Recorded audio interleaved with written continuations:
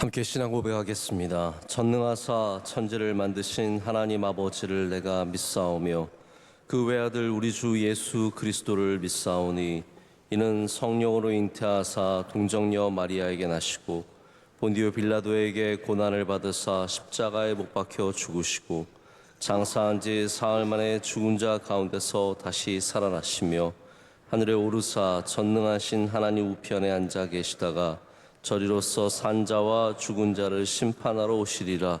성령을 믿사오며 거룩한 공회와 성도가 서로 교통하는 것과 죄를 사하여 주시는 것과 몸이 다시 사는 것과 영원히 사는 것을 믿사옵나이다. 아멘. 찬송가 104장 함께 찬송하시겠습니다.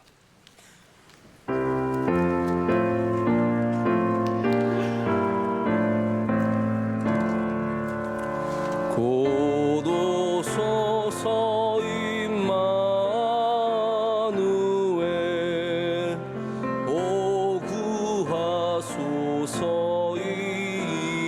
이스라엘 그 포로 생활 고달파 메시아 기다립니다.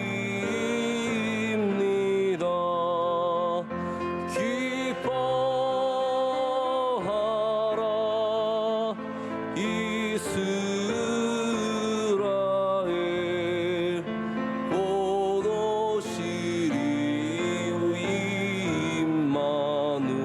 임마누엘 곧 오소서 지혜 예수 온 만물 질서 주시고 참 진리의 길 보이사 갈 길을 인도하소서.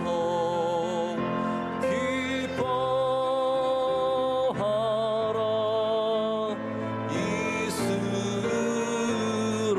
이스라엘 곧 오시리 오 임마누엘 곧 오소서 소망의 주 만 백성 한 마음이 이루어 시기와 분쟁 없애고 참 평화 채워주소서. 기뻐하라 이스라엘 곧 오시리 오 임마누엘 아멘. 함께 기도하실 때 최혜민 권사님 기도 인도하시겠습니다. 우리의 영혼을 구원하기 위하여 하나밖에 없는 아들 예수님을 이곳까지 보내주신 하나님의 사랑에 늘 감사드리며 불쌍한 우리를 고아와 같이 세상에 버려두지 아니하시고 이렇게 성전으로 불러주셔서 예배드리게 해주신 하나님의 은혜에 감사드립니다. 우리의 영혼을 구원해 주신 예수님을 위하여 살지 않고 바리새인같이 자신의 의를 세우며 욕심과 정욕으로 살아갔음을 회개하오니 주님의 크신 은혜로 우리를 용서하여 주시옵소서. 하나님 아버지, 이 나라의 대통령과 위정자들이 주님을 경외하고 두려워하는 마음으로 이 나라를 이끌어갈 수 있도록 은혜를 부어주시옵고 정치, 경제, 안보 위에 함께하사 우리나라에 전쟁이 없게 은혜 주시옵소서. 원로 목사님 비전 선교와 군선교의 큰 회복의 역사가 이루어지게 하시옵고 담임 목사님 능력의 팔로 붙잡아 주시어 많은 사역을 잘 감당하게 하여 주시옵소서.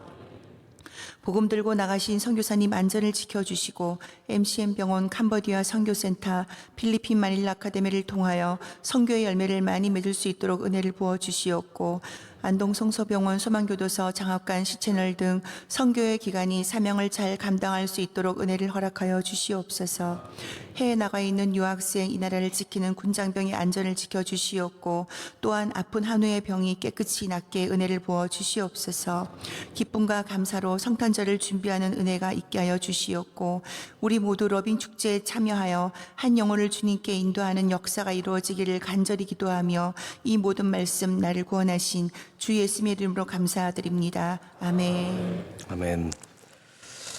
함께 보시는 하나님의 말씀은 마태복음 1장 15절에서 25절의 말씀입니다. 마태복음 1장 15절에서 25절까지 말씀 보시겠습니다.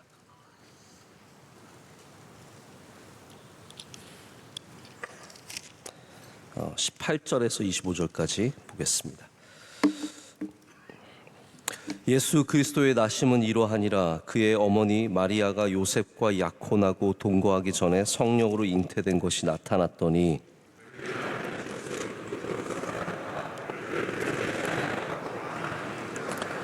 이 일을 생각할 때에 주의 사자가 현몽하여 이르되 다윗의 자손 요셉아 내 아내 마리아 데려오기를 무서워하지 말라. 그에게 잉태된 자는 성령으로 된 것이라.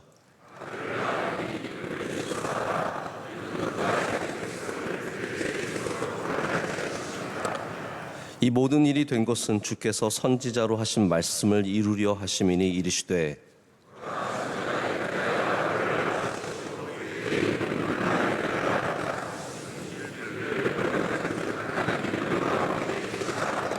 요셉이 잠에서 깨어 일어나 주의 사자의 분부대로 행하여 그의 아내를 데려왔으나 아들을 낳기까지 동침하니 아니하더니 나음의 이름을 예수라 하니라. 아멘. 오늘 요셉의 의로움은 무엇인가의 제목으로 하나님의 말씀을 나누겠습니다. 이제 정말로 성탄절이 며칠 남지 않았습니다.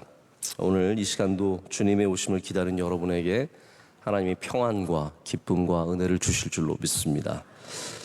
저는 금강산에 가본 적은 없지만 금강산의 여러 그림을 보면 금강산이 어떤 산인지 좀 퍼즐을 맞추듯이 조금이나마 이해하게 되는 것 같습니다. 정선의 유명한 금강산도 있고 또 금강산 사진들도 있고 이런 거 저런 거 보다 보면 금강산은 이렇게 생겼겠지라는 것을 생각해 보게 됩니다. 우리 복음서에 나타나 있는 탄생의 이야기도 사실 그와 비슷합니다. 모두가 조금씩은 다릅니다. 근데 우리는 그 다름을 통해서 다른 그림을 통해서 더 선명한 우리 탄생의 이야기를 그려보게 됩니다. 그래서 요한복음에는 탄생의 이야기 자체가 없죠. 요한복음에는 예수님이 어떤 분이신지, 그래서 말씀이 육신이 되었다라는 표현으로 이 땅에 오신 사건을 우리에게 전해주고 있습니다. 마가복음은 아예 탄생 이야기 없이 예수님께서 회개를 선포하는 말씀으로 시작해서 바로 공생애로 들어가게 됩니다. 오직 마태복음과 누가복음, 그래서 저희가 성탄절 다가오면 늘상 마태복음과 누가복음을 왔다 갔다 하고 있는 겁니다. 그래서 마태복음과 누가복음만이 예수님의 탄생을 기록하고 있는데 여러분 잘 아시다시피 누가복음은 굉장히 풍성한 얘기가 있습니다. 굉장히 긴 이야기가 있고 사가랴와 엘리사벳의 이야기뿐만 아니라 다양한 사람들의 기도와 다양한 사람들이 예수님을 기다리는 모습들이 나옵니다. 목자가 예수님께 와서 경배한 이야기처럼 이렇게 우리가 마태복음에 나오는 이야기와는 조금 다른 흥미로운 얘기들이 진행이 됩니다. 마태복음은 족보부터 시작합니다. 그만큼 예수님께서 다윗의 후손으로 오는 왕으로 오시는 것이 굉장히 중요한 사건이었고, 그런데 마태복음은 좀 이야기가 그렇게 많지는 않습니다. 그런데 제가 마태복음을 귀하게 여기는 것은 여기에 마리아의 어떤 예수님을 갖게 되면서 그 두려움 가운데 가브리엘을 만난 누가복음의 얘기과는 다르게 마태복음은 요셉의 이야기가 중요하게 등장하고 있습니다. 요셉이 중요한 사람이라는 거죠. 아무래도 우리가 카톨릭 전통이 워낙 마리아를 강조하다 보니까 우리 개신교도 당연히 마리아가 중요하고 마리아의 역할이 지대한 것은 알고 있는데 요셉의 역할이 얼마나 중요한지를 우리가 잊어버리는 경우가 있는 것 같습니다. 그래서 저는 오늘 잊혀진 남자 요셉을 여러분께 좀 소개하고자 합니다. 성경은 요셉의 자격이죠. 요셉이 왜 중요한 사람입니까? 다윗의 후손이기 때문입니다. 마리아가 다윗의 후손이 아니라 요셉이 다윗의 후손이고 그것을 굉장히 중요하게 여기는데 그거는 잠깐 나오고요. 사실은 요셉의 성품과 요셉의 믿음이 중요한 겁니다. 그것이 얼마나 중요했는지를 오늘 말씀에 우리에게 보여주고 있습니다. 지금 18살 청소년에게 여러분이 무엇을 기대하실지 모르겠는데 2000년 전에 한 18살 정도 되는 청년이 갖는 이 함의하는 바는 굉장히 다릅니다. 마치 100년 전의 환갑과 지금의 환갑이 전혀 다르지 않습니까? 제가 요즘에 우리 남성교회 환갑 감사 예배 이렇게 가보면 거기에 계시면 안 되는 분들이 많습니다. 뭐 환갑을 하시는지 이해가 되지 않고 원로 목사님이 팔순이신데 그러시면 안 되는 거죠. 네. 우리가 팔순에 기대할 수 없는 그러니까 옛날에 60, 70, 80과 지금 60, 70, 80은 완전 다른 이야기입니다. 그러니까 예수님 당시에 18살, 20살은 우리가 생각한 것보다 굉장히 성숙한 사람이었고 또 그가 오늘 말씀에 나오는 것처럼 우리가 요즘 청소년에게서 전혀 기대할 수 없는 그런 애들도 있겠지만 굉장히 성숙한 사람의 모습을 갖추고 있음을 보게 됩니다. 우리가 보통 교회에서 자라면서 좀 착하고 괜찮고 그런 남자들을 뭐라고 부르는지 아시죠? 교회 오빠라고 부릅니다. 교회 오빠. 그래서 세상에서도 교회 오빠의 이미지가 있습니다. 뭔가 좀 멀쑥하고 말쑥하고 옷도 단정하게 입고 셔츠도 다 집어넣어서 입고 뿔테 안경 쓰고 그리고 기타 하나맨 이게 이제 교회 오빠의 전형적인 이미지인 것 같습니다. 근데 저는 오늘 이 요셉을 보면서 교회 오빠는 이게 진짜 교회 오빠다. 여러분 딸이 있으신 분은 어떤 사람에게 보내주고 싶으실 것 같으십니까? 안 보내주고 싶으시겠죠. 그런데 언젠가는 보내줘야 하는데 제가 우리 교회 장로님 한 분이 딸이 이제 시집을 가려고 막 생각을 하고 있는데 그 장로님께서 하시는 말씀이 우리 교회 대학부 팀장 정도만 되면 그 정도의 믿음만 있으면 언제든지 보내줄 마음이 있다라는 그런 말씀을 하실 때 제가 굉장히 감동이 됐어요. 우리 명성교회 대학부 팀장들 잘 팔려갈 줄로 믿고 근데 중요한 것은 요셉 같은 믿음을 가진 젊은이들이 되어야 합니다. 오늘 우리가 찾는 발견하게 되는 요셉의 모습은 성경의 의로움이라고 되어 있습니다. 19절에 보면 그의 남편 요셉은 의로운 사람이라 라고 되어 있습니다. 그럼 보통 우리가 성경에서 만나는 인물들 대부분은 하나님께서 택하시고 부르시고 그 다음에 많은 훈련을 통해서 성장한 사람들입니다. 이 캐터고리 이러한 방식에 해당하지 않는 인물들은 몇 명 되지 않습니다. 아브라함 부르시고 하나님께서 택하시고 부르시고 훈련시켜 주십니다. 야곱도 요셉도 모세도 대부분의 사람들은 하나님께서 훈련의 과정을 통해서 성장시켜 주시고 또 하나님의 일들을 맡기셨거든요. 근데 요셉은 그럴 상황이 아니에요. 이 사람을 불러서 훈련시켜서 그 다음에 마리아와 결혼하게 하신 게 아닙니다. 오늘 말씀 보시면 아시겠지만 요셉은 부르심을 받자마자 쓰여야 하는 상황입니다. 그래서 하나님께서 요셉에게서 찾으신 것이 있는데 다른 사람과는 조금 다르게 그는 의로운 사람이었다는 것이죠. 지금 당장 써야 해요. 그래서 의로운 사람을 찾으신 겁니다. 만약에 요셉이 여러분 생각하는 것처럼 우리가 귀하게 여기는 사람처럼 모세처럼 왕궁에 있었던 모세처럼 경노하는 사람이었다면 오늘 사건은 굉장히 다르게 전개가 되었을 것입니다. 베드로처럼 성격이 급한 사람이었다면 아마 이야기는 다르게 전개가 되었을 것입니다. 하나님께서는 이 일에 의로운 사람이 필요하셨고 요셉은 준비된 사람이었습니다. 그럼 만약 여러분께서 하나님 앞에 의로운 삶을 살고 계신다면 그게 헛되지 않습니다. 하나님께서 쓰시는 순간이 있을 줄로 믿습니다. 의로움은 쓰임 받습니다. 의로움은 그냥 자격만으로 끝나는 것이 아니라 하나님의 일에 하나님의 계획에 반드시 쓰임을 받고 하나님께서 귀하게 여기시는 줄로 믿습니다. 우리 교회에 아주 중요한 공직에 계셨던 분이 계시는데 이분이 평소에 굉장히 정직하게 사셨습니다. 알아주는 사람 없어도 정직하게 사신 거예요. 그래서 재산도 많이 없었고 외로운 길을 걸으셨는데 나중에 정부에서 좋은 사람을 찾다 보니까 이분이 발견이 되신 거죠. 그래서 그냥 바로 그러한 삶, 의로운 삶을 살았던 것 때문에 결국은 정부에게 귀하게 쓰임을 받게 됩니다. 하나님께서 의로운 사람을 찾으실 때가 있습니다. 요셉은 예수님의 오심에 바로 의로운 사람을 찾으실 때 발견되었고 그리고 귀하게 쓰임을 받게 됩니다. 혹시 여러분 의로운 삶을 살면서 외로우실 때가 있고 힘드실 때가 있습니까?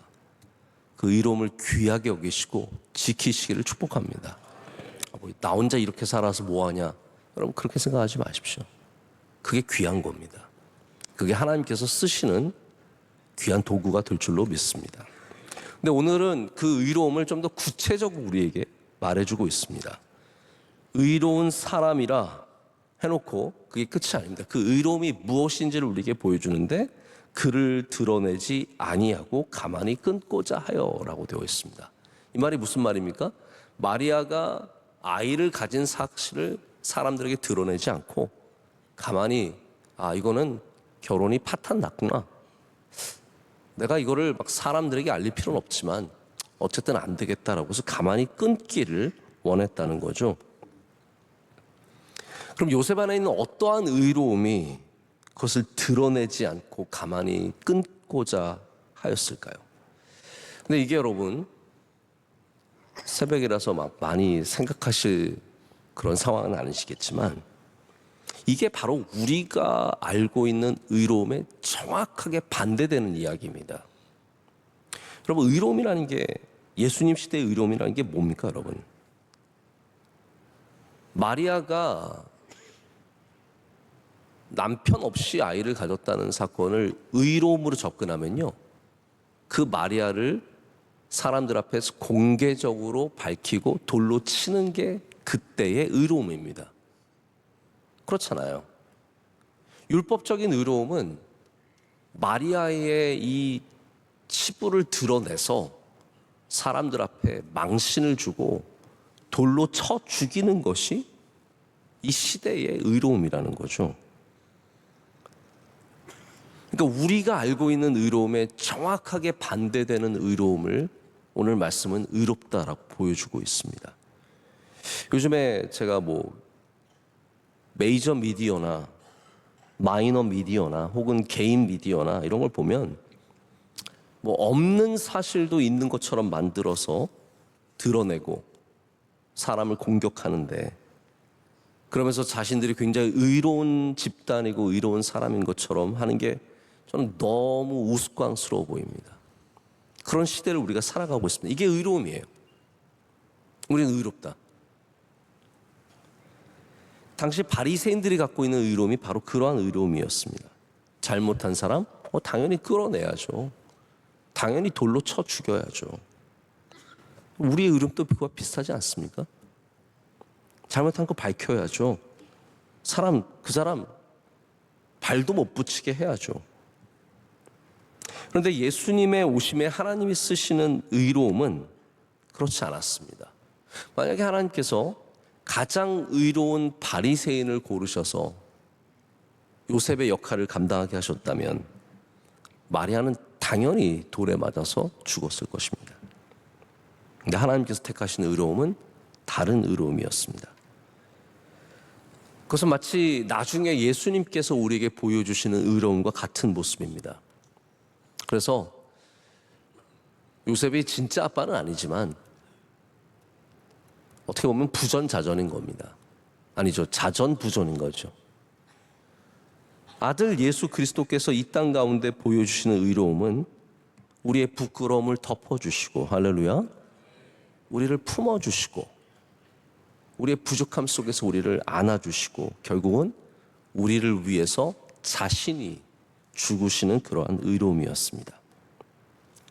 여기 여러분 근데 약간 모순된 게 있습니다. 왜냐하면 성경에 나오는 의로움의 모습은 다양합니다. 그렇죠? 어떻게 한 가지 모습일만 있을 수 있겠습니까? 우리 교회에서 뭐 의롭다까지라고 표현을 좀 하긴 이상하지만 좋은 교인들의 모습은 어떤 모습일까요? 획일화되어 있지 않습니다. 뭐 어떤 좋은 교인은 청소할 것이고, 어떤 좋은 교인은 장식을 만들 것이고, 어떤 좋은 교인은 예배를 잘 드릴 것이고, 다양한 좋은 교인의 모습이 있는 것처럼 의로움도 마찬가지입니다. 근데 성경을 보면 다른 의로움이 분명히 있어요. 예를 들어서 선지자들은 이스라엘의 죄를 낱낱이 드러냅니다. 그게 하나님이 주시는 그 의로움이거든요. 그럼 이 모순을 우리가 어떻게 받아들여야 할까요?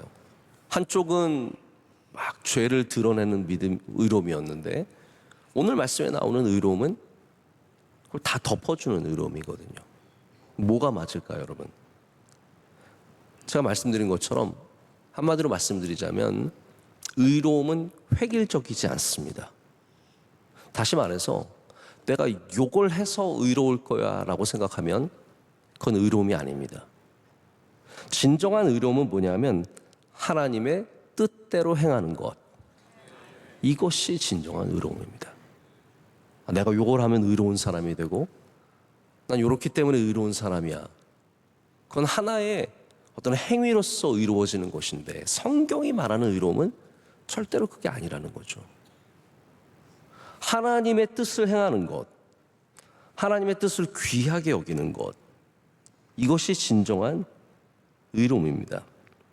그래서 어떤 것은 드러내서 아픔을 참고 찢고 도려내야 하는 의로움이 있는가 하면 어떤 것은 잘 덮어서 낫게 하는 의로움이 있다는 거죠.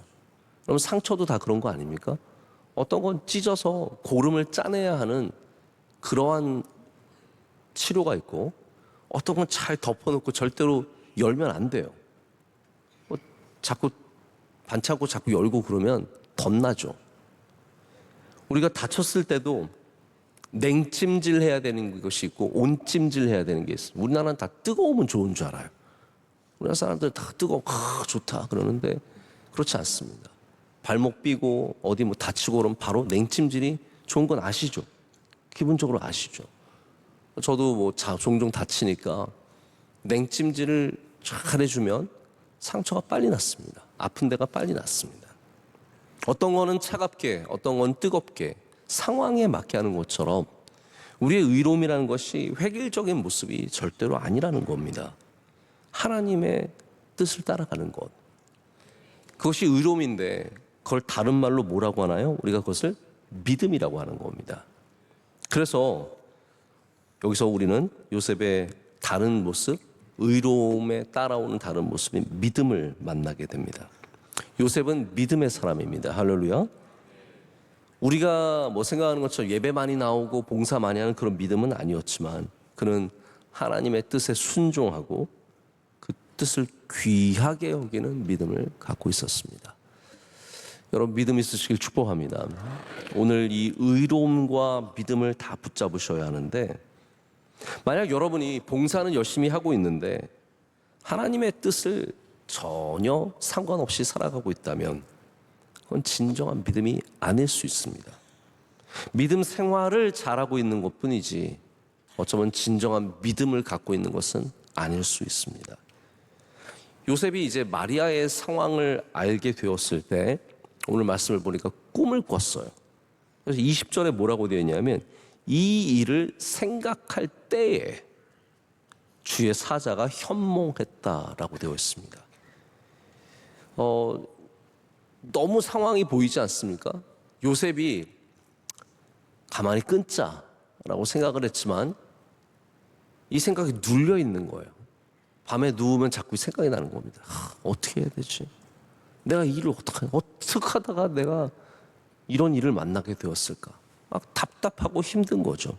그래서 거기에 눌려서 그 일을 생각하고 있는데 하나님께서 그 가운데 꿈에 주의 사자를 보내셔서 꿈의 말씀을 하시는 겁니다. 이를 다 설명해 줍니다. 이거 하나님이 하시는 일이다. 성령으로 잉태된 것이다. 너는 절대로 버리지 말고 잘 데려가라. 이 이야기를 해줬어요. 자, 그러면 여러분, 마리아에게는 가브리엘이 갔고 오늘 어떠한 사자가 왔는지 모르겠지만 이렇게 하나님이 말씀해 주시면 여러분 다 들으실 수 있으시겠습니까? 저는 가끔 그런 생각 해보거든요. 야, 진짜 하나님이 나에게 나타나셔서 말씀하시면 내가 다 진짜 순종할 수 있을까? 우린 다 있을 것 같지만 이런 상황을 한번 만나보세요. 오늘 집사님 중에 한 명이 꿈을 꾸셨는데 밤에 나타나셔서 하나님 넌 에티오피아에 가서 10년 동안 있어라. 아멘! 하고 일어나가지고 바로 에티오피아 비행기 끊고 가실 수 있으시겠어요? 제가 좀 기도를 해서 하나님께서 우리 성도들의 꿈에 좀 많이 나타나시기를 좀 기도 좀 해야 될 것 같아요. 그래서 에티오피아도 가고 캄보디아도 가고 필리핀도 가고 막 폭격이 일어나가지고 막 우리가 명확한 하나님의 말씀도 사실은 잘 순종하지 못합니다. 여러분 성경에 나와 있는 명확한 하나님의 말씀 이거 우리에게 주신 말씀 아닙니까? 만약에 여러분이 예수님의 말씀대로만 살아도 진짜 그건 대단한 믿음입니다. 근데 우리 그렇게 안 하거든요. 이 말씀에 분명히 용서하라고 되어 있는데 막 고민해요. 용서할까 말까. 뭘 고민해요. 여러분 용서하시길 축복합니다. 말씀에 용서하라고 되어 있잖아요. 내가 저 사람 진짜 사랑을 어떻게 사랑해. 여러분 사랑하라고 주님께서 말씀하셨습니다. 사랑하시길 축복합니다. 우리가 주신 예수님의 분명한 말씀도 사실 잘 못 따라가거든요. 근데 사자가 이렇게 나타나서 이렇게 하라고 했을 때 그대로 하기가 쉽겠습니까? 근데 요셉을 보십시오. 어떻게 되어 있냐면 24절을 보세요. 요셉이 잠에서 깨어 일어나 주의 사자의 분부대로 행하여 그의 아내를 데려왔으나 라고 되어 있습니다. 그는 일어나자마자 다른 고민 안 했습니다. 그렇게 그 전날 밤에 내가 이걸 어떡하지? 나 도저히 못할 것 같은데 막 이렇게 힘들게 생각하던 이 청년이 주의 사자가 나타나셔서 말씀하시니까 일어나자마자 그 마음을 바꾸어서 바로 가서 그의 아내를 데려옵니다. 끊고자 했던 그가 데려옵니다. 요셉의 의로움은 믿음 때문에 의로움이 되었습니다. 그래서 우리가 성경에 있는 말씀처럼 믿음으로 의롭게 되는 굉장히 신비한 모습을 우리에게 보여주고 있습니다. 여러분 요셉처럼 의로움과 믿음을 함께 붙잡으시길 축복합니다. 예수님께서 오시는 사건에 우리가 요셉의 역할을 절대로 간과할 수가 없습니다. 요셉이 하나님 앞에 의로운 사람이었다는 것, 그 의로움은 그냥 정의를 드러내는 의로움이 아니라 하나님의 뜻을 알고 하나님의 뜻대로 행하는 의로움이라는 것, 그리고 그 갖고 있는 믿음이 바로 하나님의 뜻을 이루면서 예수 그리스도께서는 이 땅에 바로 하나님의 뜻 가운데 탄생하시게 됩니다. 말씀을 맺습니다. 마리아도 중요하죠. 안 중요한 사람이 어디 있겠습니까? 근데 성경은 요셉의 이야기를 이렇게 마태복음에 자세하게 적고 있습니다. 요셉을 좀 봐야 합니다. 요셉은 한 의로운 다윗의 후손으로서 예수님의 오심을 준비하였습니다. 그리고 이 모든 일을 믿음으로 감당했습니다. 여러분, 하나님 앞에서 믿음으로 감당하시길 축복합니다. 그것이 주님의 오심을 기다리는 사람들의 자세입니다. 우리가 오늘 이 시간 더 준비해야 할 것은, 제가 가끔 저희 교회에서 우리 교육자들이나 직원들에게 좀 좋은 목사의 모습을 보이고 싶을 때가 있어요. 그래서 이번에 어떻게 했냐면, 제가 어제와 오늘 양일 중에 하루 오후는 크리스마스를 가족들과 좀 잘 준비하도록 집에 가라. 너 얼마나 좋습니까? 여러분 직장에서 한번 그러면 얼마나 좋을 것 같으세요? 목요일날 오후에 집에 가라. 크리스마스 준비하라. 제가 크리스마스를 준비해보면 손이 많이 갑니다. 할 일이 참 많습니다. 카드도 써야 되고 선물도 사야 되고. 그래서 제가 가라 그랬어요. 가라. 제가 다른 이유가 아닙니다. 잘해주려고 아니라 제가 멋지고 보이고 싶어가지고 가라 그랬어요. 여러분, 우리가 성탄절 준비할 때 선물도 준비해야 되고 카드도 준비해야 되지만, 여러분 믿음을 준비하시길 축복합니다. 정말로 가져야 할 것은 믿음입니다. 오늘 그 믿음대로 여러분의 믿음을 통해서 주 예수 그리스도께서 여러분의 삶에 임하시고 여러분의 삶 가운데 오실 줄로 믿습니다. 함께 기도하겠습니다. 하나님 아버지, 감사합니다. 오늘 성탄절을 앞둔 금요일에 주님 앞에 모여서 예배드리게 하심을 감사합니다. 하나님, 오늘 오셔서 우리의 의롭지 않은 삶을 살펴주시고 우리 주님 앞에 의로움을 갖게 하여 주시옵소서. 요셉처럼 주님의 말씀을 순종하며 따를 수 있는 믿음과 용기를 허락하여 주시옵소서. 하나님, 그래서 우리를 통해서 주님께서 이 땅에 놀라운 일을 행하시며 주의 뜻을 이루어 주실 줄로 믿습니다. 믿음이 있는 곳에 주의 뜻이 이루어질 줄로 믿습니다. 하나님, 주의 성도들 오늘 추운 날 나왔습니다. 하나님께서 건강함을 허락하여 주시옵고 이 추운 날 고생하고 어려운 사람들 주님 불쌍히 여겨 주시며 은혜를 베풀어 주시옵소서.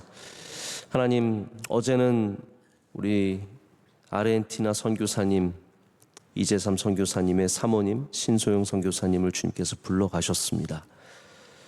하나님께서 그 남은 유가족을 위로하여 주시옵고 그 선교의 수많은 눈물과 땀이 우리 하나님께 온전히 올려진 줄로 믿습니다.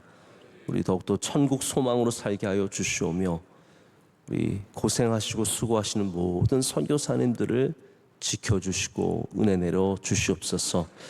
하나님, 성탄절을 준비하는 분주한 가운데 수고하는 주의 모든 종들에게 은혜를 베풀어 주시며 러빙 축제가 잘 준비되게 하여 주시옵고 우리 모든 성도들의 삶 가운데 주님의 은혜가 오늘 더욱더 아름답게 빛나게 하여 주시옵소서. 기도하신 권사님의 기도를 기뻐 받아 주시옵고 은혜를 더하시며 사랑하신 원로 목사님도 많은 일들 가운데 주님께서 주의 장중에 굳게 붙잡아 주시옵소서. 예수 그리스도의 이름으로 간절히 기도드립니다. 아멘. 하늘에 계신 우리 아버지여, 이름이 거룩히 여김을 받으시오며 나라의 마옵시며 뜻이 하늘에서 이루어진 것 같이 땅에서도 이루어지이다. 오늘날 우리에게 일용할 양식을 주시옵고 우리가 우리에게 죄 지은 자를 사하여 준 것 같이 우리의 죄를 사하여 주시옵고 우리를 시험에 들게 하지 마시옵고 다만 악에서 구하시옵소서. 백의 나라와 권세와 영광이 아버지께 영원히 있사옵나이다. 아멘.